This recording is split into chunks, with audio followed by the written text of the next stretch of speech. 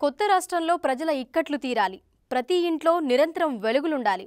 రైతులు సుభిక్షంగా, వారి కుటుంబాలు ఆనందంగా ఉండాలి. ఇది తెలంగాణ ప్రభుత్వం రూపొందిస్తున్న బృహత్తర ప్రణాళిక. అయితే టీ సర్కార్ను కరెంటు కోతలు వెంటాడుతున్నాయి. విద్యుత్ సమస్యను అధిగమించేందుకు ఆ రంగంపై సీఎం కేసీఆర్ దృష్టి సారించారు.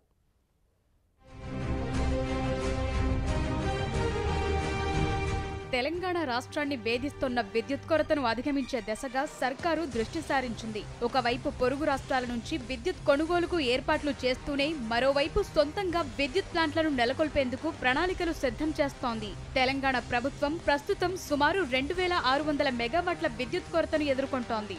వ్యవసాయం, పరిశ్రమలు, నివాస ప్రాంతాలకు కరెంటు కోతలు తప్పడం లేదు. దీన్ని అధిగమించేందుకు CM KCR, Genco CMD Prabhakar Rao, SPDCL CMD Mohammed Razvi, ఇతర ఉన్నతాధికారులతో సమీక్ష నిర్వహించారు.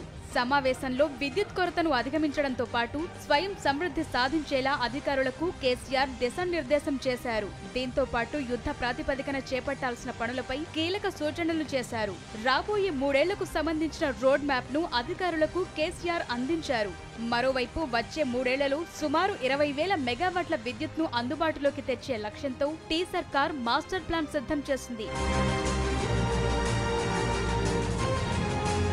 జెన్కో ఆధ్వర్యంలో 6,000 మెగావాట్ల విద్యుత్ ఉత్పత్తి పనులను వెంటనే ప్రారంభించాలని కేసీఆర్ అధికారులను ఆదేశించారు. ఛత్తీస్గఢ్ నుంచి 2,000 మెగావాట్ల విద్యుత్ తెచ్చుకోవాలని, ఇందుకు లైన్ల నిర్మాణం వెంటనే చేపట్టాలన్నారు. మరోవైపు ఉత్తరాది గ్రిడ్ నుంచి దక్షిణాది గ్రిడ్ కు వచ్చే సుమారు 1,500 మెగావాట్ల విద్యుత్ ను వార్ధా, డిచ్పల్లి లైన్ నిర్మాణం ద్వారా పొందాలని సూచించారు.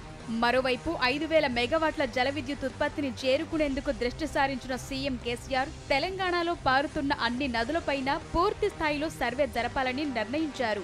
నదుల వద్ద విద్యుత్ ఉత్పత్తికి అనువైన ప్రాంతాలను గుర్తించి వెంటనే ప్లాంట్ల ఏర్పాటుకు రంగం సిద్ధం చేయాలని అధికారులను ఆదేశించారు. కృష్ణపట్నం, సీలేరు నుంచి తెలంగాణ వాటా తెచ్చుకునేందుకు ప్రభుత్వం తన ప్రయత్నాలు ముమ్మరం చేసింది. మరి కరెంటు కష్టాలను తీర్చుకోవడంతో పాటు వచ్చే 3 ఏళ్లలో స్వయం సమృద్ధి సాధించేందుకు టీ సర్కారు చేస్తోన్న ప్రయత్నాలు ఏ మేరకు ఫలితమివ్వనున్నాయో.